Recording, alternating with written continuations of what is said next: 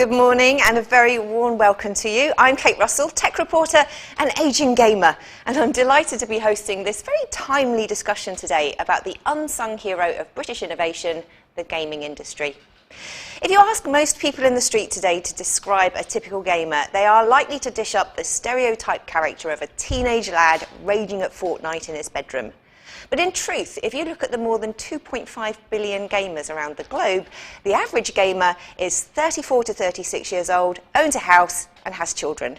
And in many territories, approaching half of them are women. I have been playing computer games since the dawn of home computing, Elite on the BBC Micro. I'm willing to bet a fair few of you watching can probably say the same. And I started reporting on tech back in 1995 as a games journalist.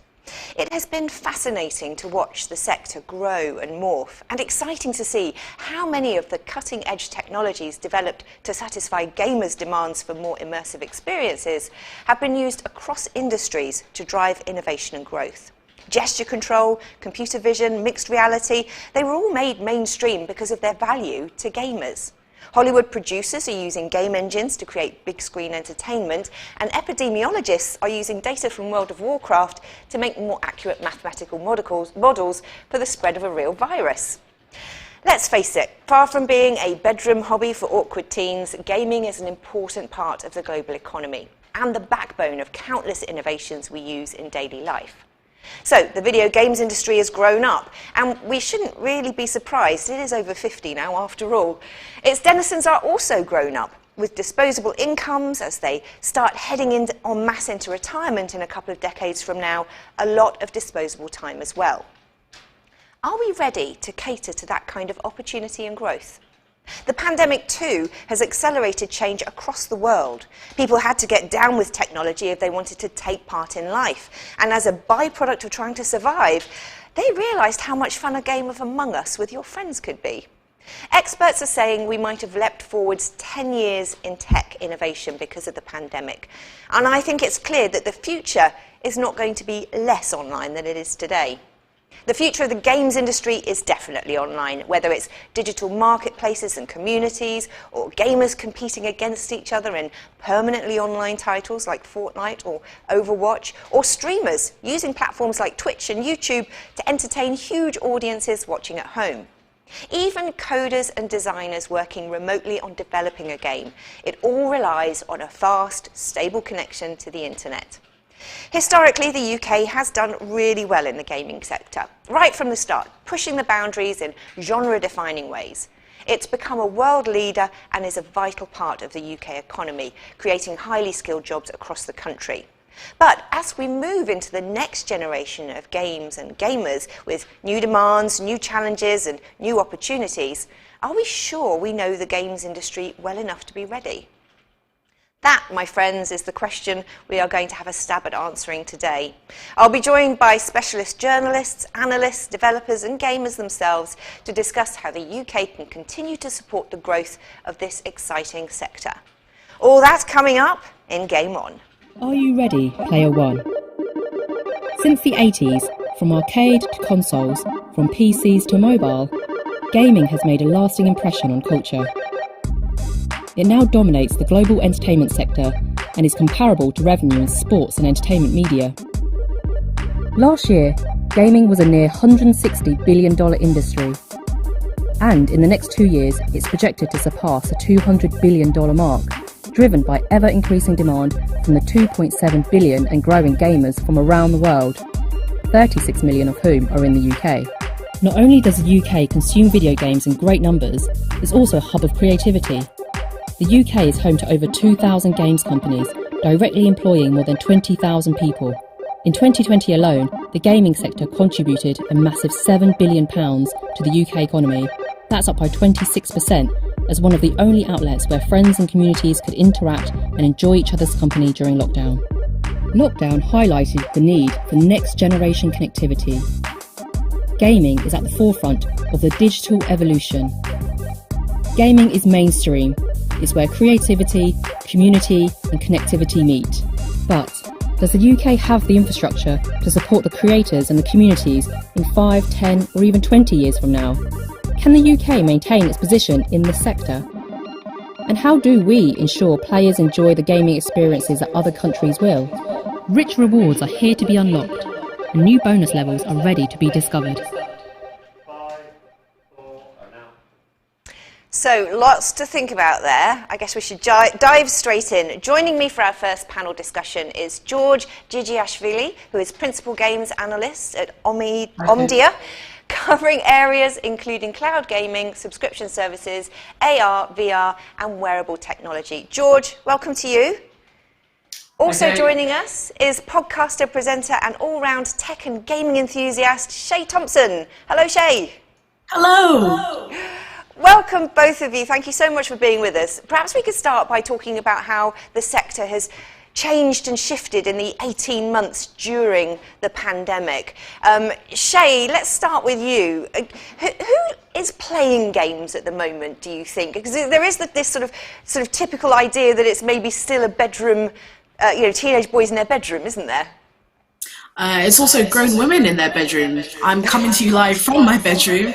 Right in front of me, I've got my Nintendo Switch, my PS4. It's this thing where, for a long time it was considered to be this kind of solitary experience that only, boys did. But like you said earlier on, it's very much split down the middle with women, men, and other marginalized genders making up like a big chunk of, who are playing these games. And it actually skews a lot older than people think. There was a story recently about a guy an older guy who he played the entire Mass Effect Legendary Edition, which is this iconic trilogy, for the first time because he was able to play it on an easier difficulty and he experienced this wonderful world. And it was a really good time for him. And, we're seeing more and more stories like that. And Shay, as well, I remembered seeing a story from Green Man Gaming like ages ago about how they have the genres that people are buying are shifting, and actually it's not competitive games that have been going during the pandemic, but cooperative games and puzzle games. Is that your experience from what your audiences, sort of in your streaming are expecting you to play as well?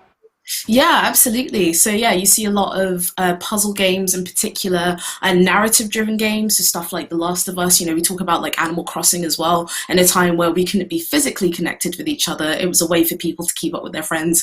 I know it was the same thing for me. I had so many group chats going, like talking about like turnips, which is one of the currencies in game. And and those are people who hadn't really bought consoles or played games before. It brought loads and loads of people into the fold to play loads and loads of different types of games.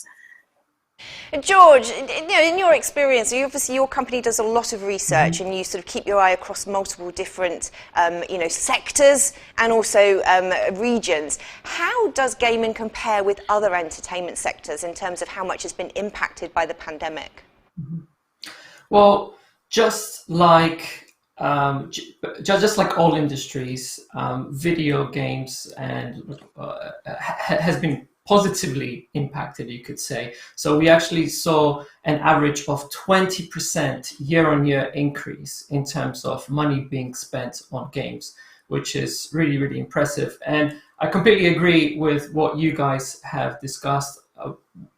Because of pandemic, more people did turn to gaming. And actually, according to our research, we saw that almost 90% of 16 to 70-year-olds actually tried gaming in the last year or 18 months, which is quite amazing. And in terms of gender split in UK, it's basically 50-50. Yeah, this is always surprises people when I speak to them about the gender split, because I don't, I guess, look like the typical, in most people's minds, gamer. But the other thing that the typical gamer will have experienced over the last 18 months, George, is the connectivity issues. Not just for gaming, but the whole neighbourhood is streaming all sorts of movies, Netflix, all the rest of it. How has the usage of data shifted during this pandemic time, and how's that impacted the gaming industry? Yes, so the network companies really had to work a lot to keep up with this increased demand. So, for example, at the beginning of the pandemic in Italy, I remember there was a case where Fortnite dropped a large free update, and Telecom Italia actually said that they saw a massive spike in usage, and they had to actively deal with that spike. And that was all due to this massive update. And as the games are getting better and better, as the fidelity gets better, the game sizes and downloads are getting larger as well. So telcos have to invest in their networks and into things like machine learning and AI to spot these kind of spikes and deal with them proactively. Georgia, I've been arguing with my service provider, like gamers across the world, I'm sure, during the pandemic, about the sort of like the way that the connection will suddenly just choke. And, they're saying weight of traffic because of the pandemic, it's extraordinary times. We're not going to refit our infrastructure. But do you think that's, do you think it is going to lighten off once the pandemic lockdowns all end? Are we going to continue with this sort of issues around data? I don't think that issue is going to go away anytime soon. If anything, more and more people will turn to gaming in the future as well, just as they have during the pandemic. So I don't think that's a good excuse. I think the reality is that the network operators have to continue investing into their network and improving it, because, as I said, the gaming is becoming more immersive. Requires a lot more data, and we have things like cloud gaming on a horizon as well, with services like Stadia and Game Pass, and subscription services as well, which is all reliant on game downloads. So if anything, we're going to see a lot more downloads. Yeah, absolutely. Shay, in your work, you must rely more and more on the connectivity, and not only for playing games, but also for allowing your audience to connect with you. What kind of experiences are people enjoying with gaming now? And, do you think that we're moving away from a sort of a world where you can play games offline? It's going to be all online? I think it was destined for, fully online gaming to be the thing, like things like Stadia and, xCloud. That was supposed to be the future. But, as we've sort of said, the infrastructure just isn't there yet. So I think, you'll have a sort of hybrid, what I'd like to call a hybrid of the two. So you'll have people playing, single player games, but playing it in a way that is kind of, reminiscent of co-op, or kind of couch co-op, where you kind of pass the controller back and forth. You can do stuff like that on the PS4 and the PS5, sort of sharing the controller. I've done streams like that where, I'll let people help me make choices in narrative games that let you do that. So I think, we'll see a bit of a hybrid for the time being in terms of like content that's put out, but I don't think fully online gaming, I don't think we're there just yet. This is really depressing for me, George, because when you look at other countries around the world, I mean, I've been lucky enough to travel to Japan with BBC Click, and you sort of compare the situation that they have, they're sort of running around sort of, doing AAA games on their mobile phones, for goodness sake, while they're waiting for the bus.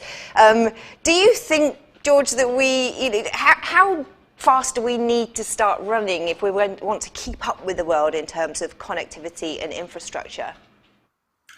Well, I think overall UK is doing quite well, at least when it comes to gaming. So UK is in the top 5 markets for gaming in terms of the spend on games. So that's China, US, Japan, South Korea, and then UK.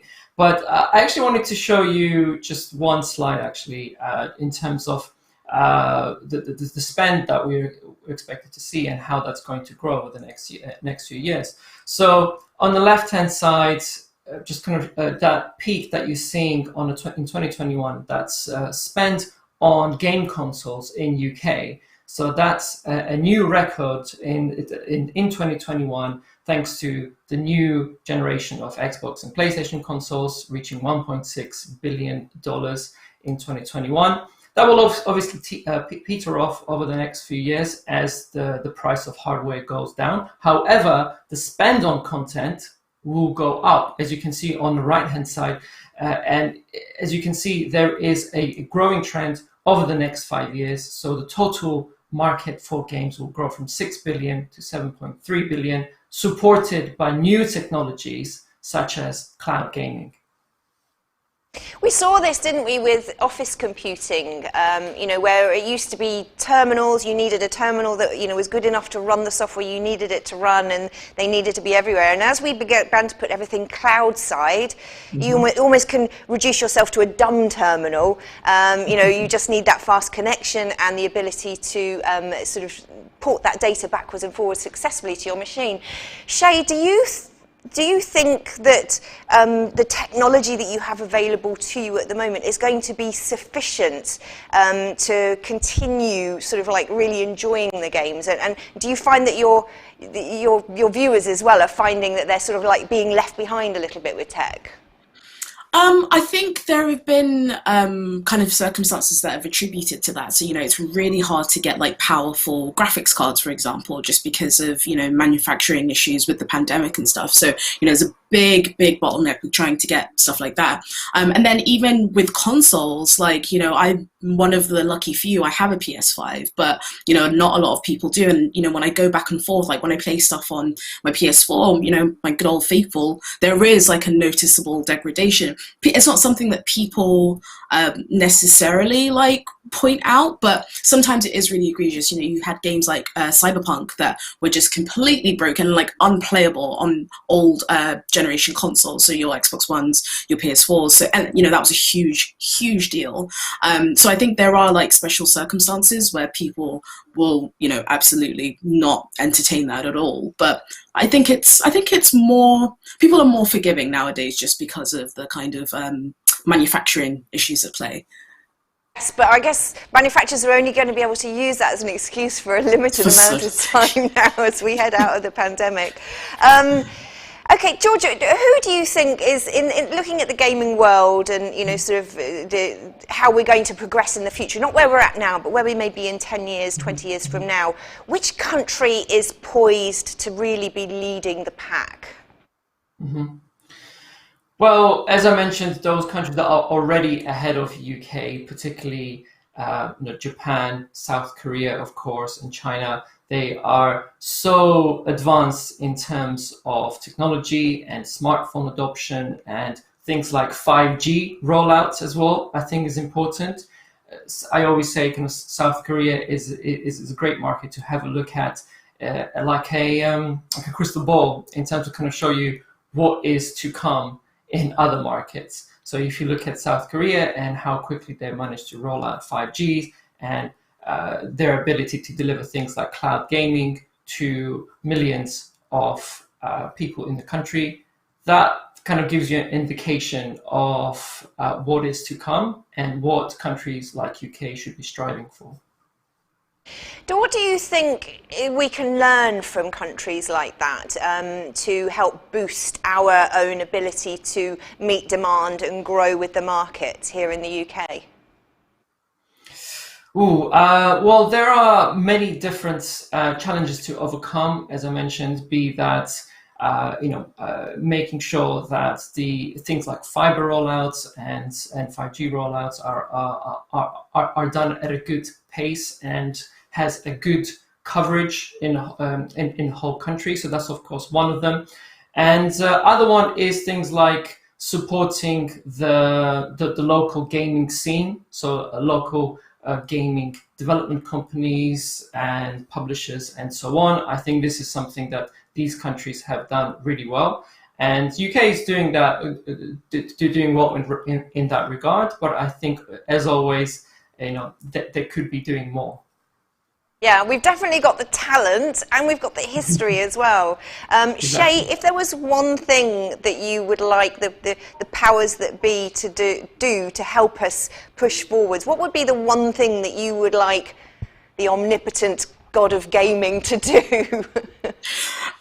Just to kind of get on my soapbox for a very short amount of time, video games as a medium are interesting because it's the intersection where technology and art, sit. Countries like Japan and South Korea have folded gaming into their mainstream culture. If the UK took games seriously, both technically and culturally, we could see that same push, and then we'll see it come from the top down, from the government, from just people's perception of games. That would lead to more gaming content on mainstream outlets, and I think that then puts gaming in people's minds, and then it's we should do more stuff with this. So hopefully that's the tide that we'll be seeing in the next year or so. Keep my fingers crossed. It frustrates me as well. I would just echo those comments, particularly with South Korea. The interesting thing that happened in South Korea in early 2000s is that because there was widespread piracy of games, they essentially invented the whole free-to-play genre to counter that. And of course, it really doubled down on esports as well. So I think as a whole country, as Shay has just mentioned. So I think these are kind of the lessons that can be learned. Yeah, I agree. It's so frustrating to me. I think as somebody in the media, I have a responsibility as well, because you see so many parents afraid to let their girls game and stuff like that. So we need to take it more seriously. Shay, George, thank you so much for joining us. It's been brilliant speaking to you. Thanks, Kate. It's a pleasure. Okay, time to hear from an industry insider now. Texas-based developer Farbridge Games was created in 2017 by a team of executives from top video game and media companies. Since then, they've developed cutting-edge experiences for Steam VR and Nintendo Switch, Sony PlayStation and Microsoft Xbox. Earlier, I spoke to their executive producer, Donald Harris, to give us a developer's eye view on the lay of the land, and began by asking him how gaming is changing as we move into a more hyper-connected world. What you'll find is a lot of the games that are coming out are almost always have a multiplayer component. It's where the trends are going, getting people even more connected and delivering bigger and better experiences. And so internally we call it games as a service. That's one of the particular models that we build games on. And so when you think about it, you think about buying a game once, you take it home, you play it. Those days are gone, right? You buy the game once, but you're going to be playing this game for years at a time. And we're going to be adding in things to make you want to connect with your friends or people down the street or just random strangers to play and enjoy these games with. So as time has progressed, the trends have definitely gone to we want to bring more people together in games. One of the problems with the sort of the rise of the online multiplayer game is that all internets are not created equal, right? I mean, I've played, competitive first-person shooter games with people, and if you've got a bad internet connection, then you're not going to win. But also, you're perhaps not going to be as drawn to the kinds of game that require a hefty internet connection. Do you think that is impacting the way that we think about development and the way we think about being gamers? Absolutely. Yeah. So it's funny that you bring this question up because currently working on some multiplayer games back at the office. There are, during our development phase, we pick and choose literally which data that we want to send across the wire, right? If it's something that we can avoid sending across the wire to make that transmission faster, and therefore leveling that field, we put a lot of thought into that. So whereas someone may be on a slower internet connection, that would make us, like, what we try and do is we try and plan out, man, we don't need to send every bit of data that we got, to their computer, and then have them send it back to us and then back to the server, so forth and so on. So yeah, it's very impactful on the way we design our games, features that we want to put into the games that we know, hey, if we have a certain feature, we're going to eliminate like a large part of our player base, and so we don't want to do that. So yeah, it's heavy on the mind, especially when you also talk about different platforms, right? So we've got mobile, PC, and your consoles. So even those dictate what kind of features we can put into a game as far as network and multiplayer. So what do you think, when it comes to sort of user experience, the bandwidth and the connectivity that you're giving people, it can have a serious impact on their experience. Do you see a point at which it will be absolutely imperative that you have to have an internet connection or you can't be a gamer? Is that coming at all? Oh, man, that is a big question. In some ways, I do see that. I think so, for instance, if you look at all the current platforms that are out there, again, going back to PC, mobile, and console, all of those have digital libraries where you don't even buy physical games. You need an internet connection to get the game. So saying that there is coming a point to where you're going to need an internet connection or you're not going to be able to play games, it could be likely. It's just easier for game developers like myself to make games and deliver them over the wire. I don't have to deal with physical publishing. I don't have to deal with inventory. Yeah, that day could come. Now that you're making me think about it, that day very well could come. And there's whole swathes of the population of many countries will be happy by that, but also many who will be very not happy. But when it comes to game development, let's think a little bit about you as a sort of a development studio. Do Farbridge choose their talent? Do you have talent working outside of your office, and in which case, what are the internet connectivity issues that you have to deal with, and is that a factor in choosing somebody to work with you? Yes. Well, we're all going through the pandemic, and currently our office, we don't have an office. We're all remote workers. And that very, very much was an important piece of how we were going to set up our now virtual offices, right? So most of our team members are within the side of Austin, Texas. We do have a few folks that are spread out around the U.S., and then we had one person that was actually located in Hawaii. And barring time zone issues, there were some situations to where we had to accommodate slower internet, right? Because he and actually not only was he in Hawaii, but he also lived on a farm. So it's like, when you're adding up different difficulties on internet connectivity and being in a rural area and on an island, there were times where, he, during his overnight time, he would be downloading large packets of data from us so that he can work on different parts of the game, and so, but it's tough. It's challenging. We can have talent that is located in a part of the world where there's not significant internet bandwidth, and we can't work with them. It would be impossible. It would be impossible. It was difficult with the person in Hawaii. So, yeah.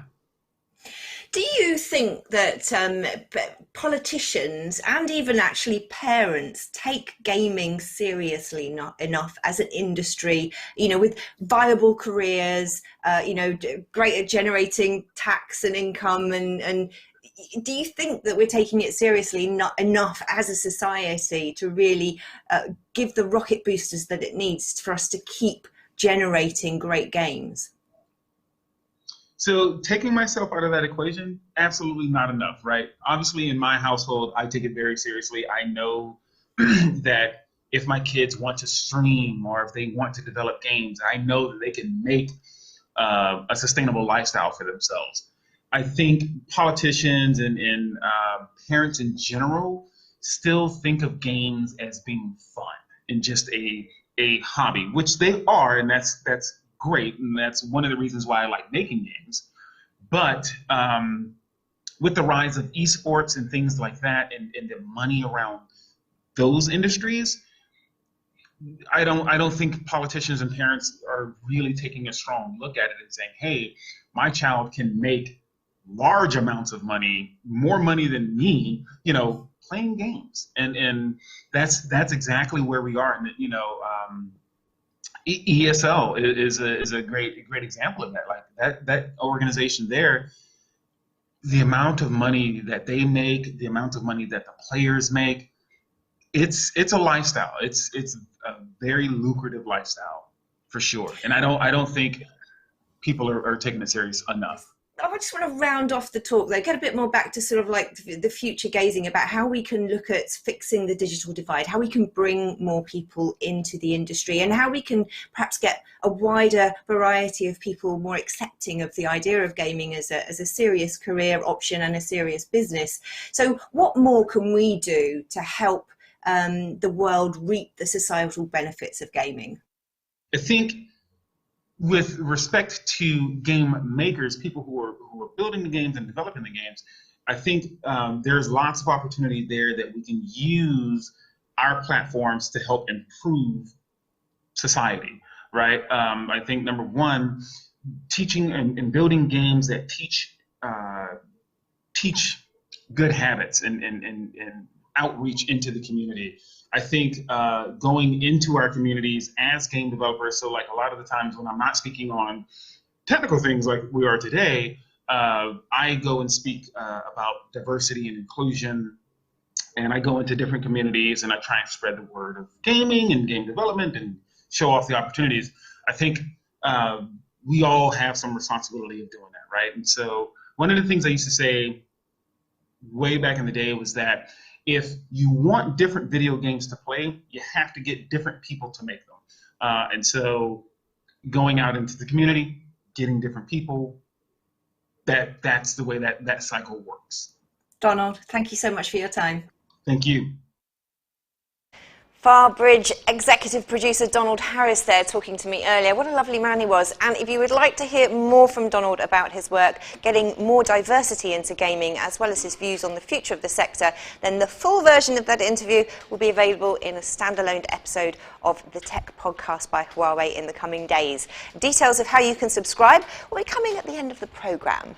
But now, thousands of you are watching online, as if to prove our point that the online and the community around gaming is so important. So shout out to you, stick the hashtag in whatever your platform of choice is, and let's get the conversation going online as well. And we've heard a little this morning about the needs of you gamers, but it is time now to hear the truth direct from the horse's mouth. We went to central London to visit Beyond's gaming arena in Oxford Street, where we asked the gamers to tell us about what drives their passion.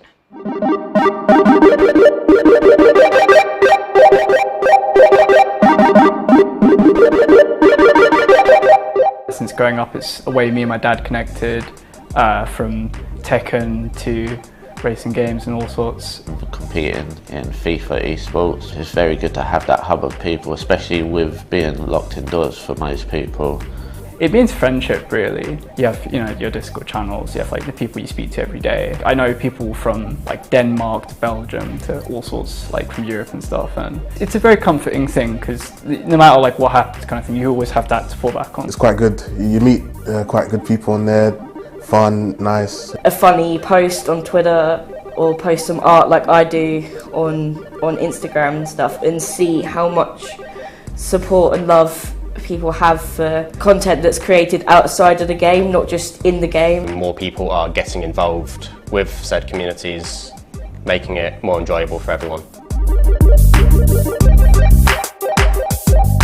I was using the house Wi-Fi and it would just disconnect me every 3 minutes. I hated it and I couldn't go anywhere because I couldn't bring my laptop and the Wi-Fi, and it was just horrible. You know, you can play the game better, but when you lag and it kicks you out of the game, then it's, you know, not that great.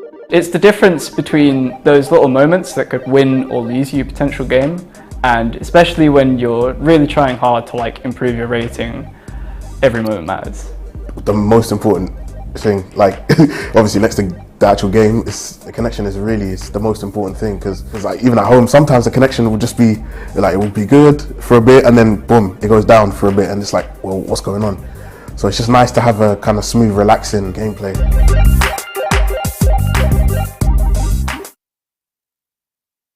Wasn't that lovely? And don't forget, you can add your own thoughts to that question. What's your passion about gaming? Just use the hashtag GameOn and let everybody know. Well, for our final discussion this morning, we're going to be focusing on the fast emerging esports sector. The world of professional gaming is an increasingly important part of the industry, with competitors from around the world facing off in landmark events for big cash prizes. Before the pandemic, many of these events could, of course, happen on location, but the changes of the last 18 months have seen the sector shift its focus. To discuss these issues, I'm delighted to be joined by Oliver Maxfield, who is a Pro Tour mobile and game manager at ESL Gaming, Ella Romanos, who is COO of Fundamentally Games, and with me is Tamer Malik, who is an arena manager with our hosts here at Belong, who of course are very keen to see the return of gamer football. Well, to start off with, I'd like to sort of talk about how the pandemic has altered the landscape of competitive esports. Oliver, lay it on us. Just how big are the e-gaming and esports industries now? Hey guys, yeah, thanks for having me on the panel.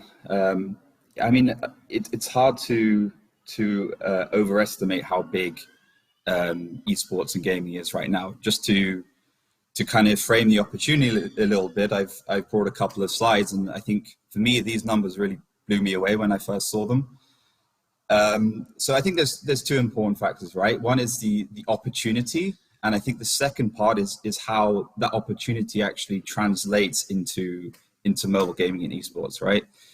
So there are approximately 4.2 billion smartphone users right now in the world, and as a subset of that, a derivative of that, 2.7 billion are playing games on one or more device.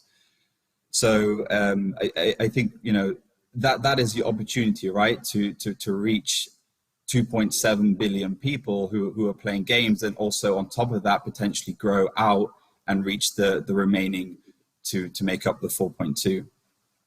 And I think the second part, the crucial part, is actually how that translates into the real world of esports, right? So I just wanted to give you an idea of where mobile gaming and esports has come in the last, let's say, 12 months or so. So in July of 2020, 4 out of the 5 top tournaments in terms of viewership were all mobile titles, right? Mobile Legends, PUBG Mobile, Arena of Valor, and Free Fire, of course. And even just this past May, the Free Fire Singapore Championship saw over 5.4 million peak concurrent viewers. So I think that really highlights both the opportunity in terms of mobile gaming, but also the size and the viewership that we're seeing now. Mobile gaming and mobile esports isn't something that is, you know, on the sidelines. It's actually the main event now, which is super happy to see. Oliver, do you think the sort of the world, both the sort of, you know, financial world and people who might be sponsors or supporters, but also, you know, parents whose kids might be interested in going into professional gaming, do you think the world takes gaming as a sport seriously enough yet? Is that beginning to shift? I think the simple answer to that question is yes. I think I will caveat that by saying I don't think it matters what people think it will be. It's ultimately it's here to stay. It's growing exponentially, and it's giving millions of people the opportunity, as we say in ESL, and it's one of our pillars, to go from zero to hero. So to go from couch to stage to play for hundreds of thousands of dollars. So I think, yes, people are warming to it. But I don't think that really matters at the end of the day. It's here, and it's only going to grow. We're going to do it with or without your help, right? Exactly. Tama, I mean, here at Belong, obviously, you guys must have been impacted a lot by the pandemic, for obvious reasons. But what do arenas like this bring to the public that they perhaps can't get at home? So I think obviously lockdown's shown us how much gaming can like really bring us together, and it gave us an opportunity to do those like kind of teamwork and activities. I think one of the great things about Belong though is we've set up an infrastructure for grassroots esports. So people that are looking to be part of a team, whether they think, you know, we get people walking in all the time thinking they're not good enough to be part of a team, and we show them that actually you might potentially, you are, and you can come down and play. But I also think that although gaming online is great, with gaming other people, I think coming in and playing as part of a team that you do see in person, whether you're playing against other people that you can't see, is such a unique experience. And being able to, like, when you get a win or whether it's a loss, like being able to celebrate or work on things and talk to each other, you know, face to face, is something that we do offer here. And we have arenas all through up and down the UK that provide that competitive esports experience where, you know, you can play for Sutton like we are here against another London team, or even a team up in Scotland, for example. And when you talk about the experience, is this, you know, is there a comparison that can be made with football, with real football, like Premier League? If you know, if ESL's the Premier League, yeah. What are the people who play here? I really do. I think we have a lot of games that have come out. I think Fortnite's a good example of something that's so accessible and so easy to watch by a lot of people. I do really believe that there is something coming that will be on that level. A game that is so accessible that I think even people that wouldn't consider themselves gamers would be interested in watching. I do think we have a few of those games already, but I wouldn't be surprised if we see something in the next couple of years that is so popular and accessible that kind of everyone would be watching it the same way you watch the Euros on the weekend. Would be a similar kind of environment that we'd watch something like that. You had to mention the Euro. Sorry to bring up. Oh dear. No, it's a touchy subject. Ella, how about you? What are your thoughts, you know, on what you've heard already from the two chaps?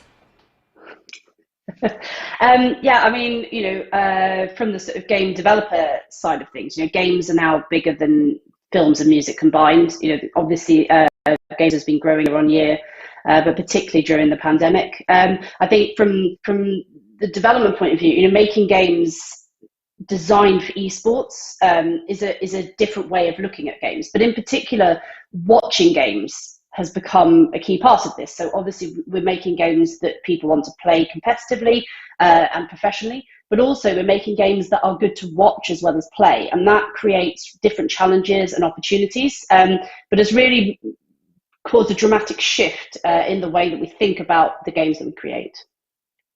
Yeah, absolutely. I mean, I think about the games that I like watching people play, and it's the games that give you ways to view the game action beyond just sort of, you know, sort of looking through a traditional screen. What do you think are the sort of like the key things that you think about as a developer when you start looking at developing a game? Is it audience? Is it players? Or is it something else entirely?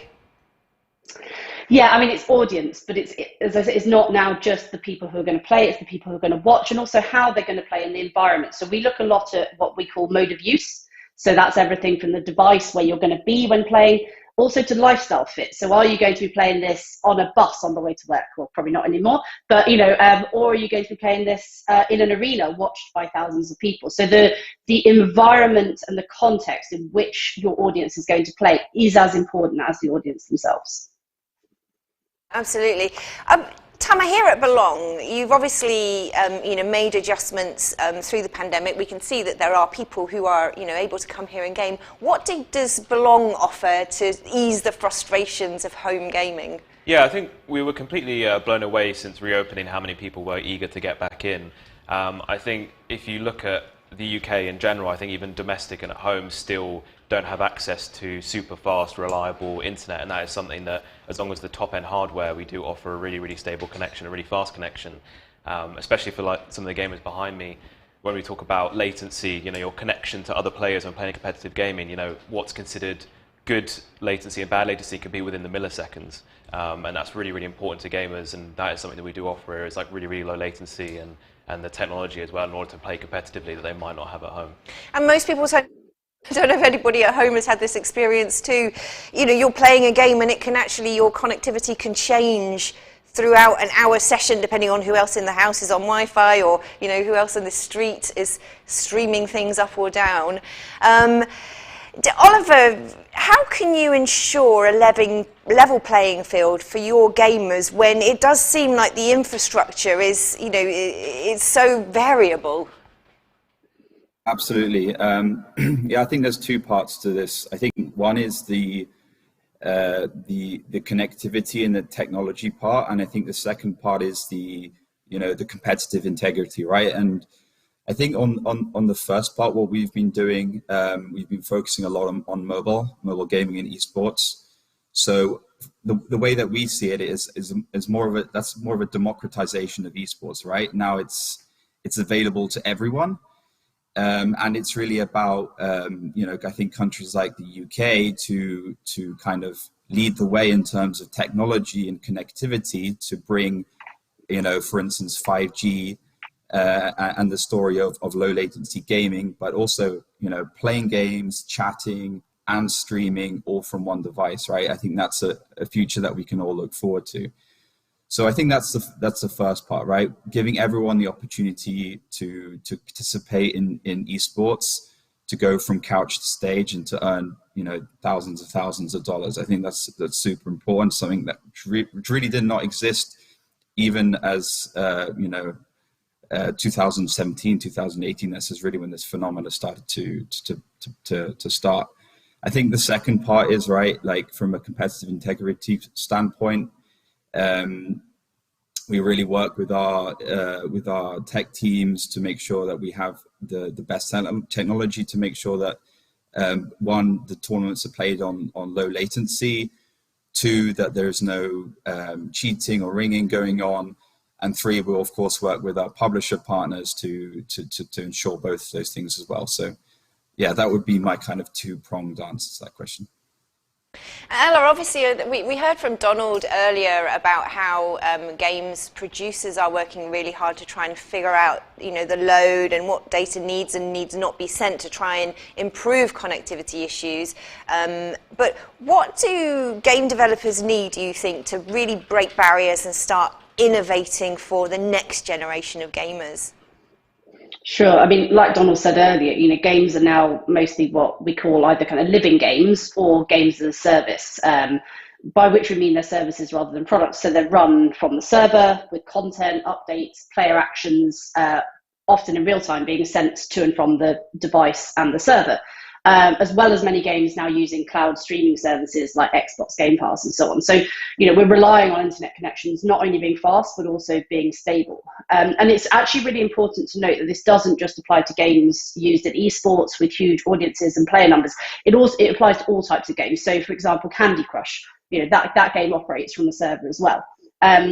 Developers can already use the combination of device and server to create amazing experiences for audiences. That's kind of been one of the main drivers to the growth of the industry. But the current infrastructure is an issue. It inhibits the development and distribution of new groundbreaking experiences. It's also particularly frustrating for day-to-day for teams like us who work remotely. That presents challenges for us on a daily basis, and it really risks undermining where UK developers have to date been world leading. Do you think the people who can sort of like change infrastructure, wherever you feel like the responsibility lies, do you think that there is enough being done? Do you think they're working enough with games companies? Do you speak with them? No, I don't, and I personally feel that there should be more done. I think that games being as big as it is, perhaps there needs to be more done to look at how we can facilitate industries such as this, which not only audiences love, but is also a great place for careers and for talent growth within the UK. So there's so many positive things that games bring to the country that, you know, really we should be engaging more. And, you know, I think more of a focus needs to be put on how industries such as ours can be supported.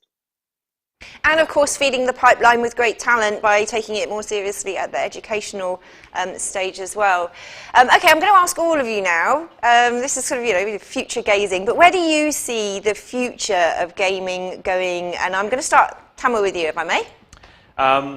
As I said earlier, I do really think it will be something that everyone does get involved in. I don't think it will be just exclusive to whatever the current stereotype is. I think there will be games that will come out that will invite everyone along. I do see a world in which is where we're, you know, all playing from home, but also, you know, people meeting up, playing as teams. As Oliver quite rightly touched on, that sort of couch to stage gaming, where it's really about encouraging people that you can be a part of a team no matter what level you're at. Because I do think that that kind of competitive gaming experience that you get is really, really unique. And it's real. I mean, it really does bring people together in ways that if you're not a gamer, you wouldn't necessarily expect, I think. Ella, what do you think? Where is the future of the gaming industry lying? So, you know, for me, games often leads in innovation within technology because, you know, as an industry, we use technology, art, psychology, narrative to create unique experiences. But it's not just about, you know, experiences that people can play together. It also, you know, provides new ways and can create new ways to learn and to communicate and grow talent in the UK in general. So I think, you know, from my point of view, I'm really excited to see what innovation the games industry can bring, not just to games, but also to social experiences. And we've seen that the positive effect that games has had on people's well-being during the pandemic, and particularly how it provided a way to socialise when other means were obviously not available. That all obviously existed before the pandemic, but, you know, we've seen how it has become more mainstream, and I really hope that we can have the tools, infrastructure and support to kind of further reduce barriers to entry and make games as accessible as possible to everybody to play and to watch. I couldn't agree more. Oliver, how about you? Future of gaming, what would you like to see sort of gaming evolve into in the future? Yeah, I think it's a really interesting question. I think as an industry, we sometimes tend to focus on the cherries, and I think we should be more celebrating and focusing on you know, baking the cake first. We need the cake and then we can add the cherries on top. So just to echo the sentiments of the other panelists, right? We need better technology, we need better connectivity, we need better support, we need less stigma, we need to have more opportunity, right? We need to have more tournaments, more broadcasts, better tools, more geographies, bringing gaming to everyone and esports to everyone around the world. Yeah, so I would again echo, I think, the sentiments of the other panelists there. Oliver, when we talk about sort of inclusion, diversity, you know, sort of the community aspect of gaming, what role do you think, especially because esports is, you know, potentially such a high-profile way of gaming? And I know that the audiences are still quite niche, but it's growing, you know, as the sport grows in size. What are esports leagues and companies like yourself doing to really help promote diversity and inclusion and get more people from different walks of life and different age groups involved in gaming? Yeah, I mean, it's actually a super important topic for us. We have, you know, internal work groups on diversity and inclusion. And I think what sometimes we should all focus on is the success stories in gaming and esports around diversity and inclusion. There are people of all race, creeds, and genders that are competing in esports, and we just need to do a better job of storytelling. We need to focus on those people, you know, build content around them, show them on broadcasts, celebrate them, and I think, you know, through that. It will be, you know, a natural progression where, you know, we'll have more and more people participating across all of our tournaments. So anyone, Oliver, who's watching who thinks that they might sort of, you know, try their hand at esports, what would be their route to finding out if they're right for it?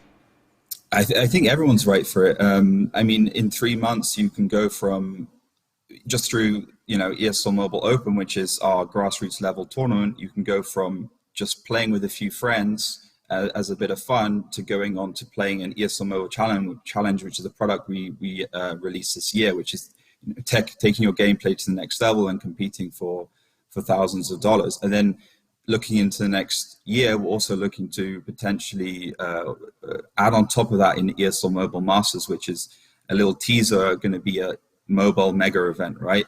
So this is a clear progression, right? You can go from an open tournament that is really open to anyone through to a mid-tier tournament into challenge, and then into masters, into mega event, and you can be, the stars on the stage you see at IEM Katowice and ESL One Cologne. Brilliant. And Tamara, I'm guessing if people haven't got the right connection at home to be able to do that, they can just pop down to their local arena. It's meant to be a warm, safe environment as well for them to come down and do that in maybe where at home maybe a lot of people experience difficulties in which that might hinder their experience, whether it's like, maybe parents or siblings that bother them 24/7. If you get interrupted in a game, especially something at a competitive level, can be really frustrating. So. Yeah. And are you seeing this sort of diversity of people coming in and joining in these sessions? Is it beginning to change? Yeah, we see all walks of life. One of my favourite customers is an old gentleman. He comes in, he plays like a Star Wars online game constantly, but we have all walks of life that come in and all different types of games, and we try and facilitate that as best as we can. Yeah, I strongly believe that it's actually going to be the retirement home activity of the generation, not too long from now. Final thought then, really quickly. I'm going to give you a 30-second thought. Ella, final thought from you. What's the most important thing if you want people watching this to take away from the conversation? I think that gaming is a really positive activity, particularly on the social side. And I think that, exploring, if you haven't already, exploring games and finding out, what they can bring to your life in terms of social, but also, in terms of learning and communication. And ultimately, we want games to be as accessible as possible to everybody. And if you're in charge of the infrastructure, get with the program, basically. Exactly. Oliver, how about you? Final thought? Yeah, I think just get involved, right?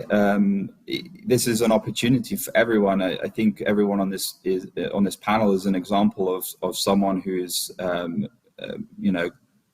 gone from playing in their bedroom, competing, or just with friends, and moving on to having a career in the games industry.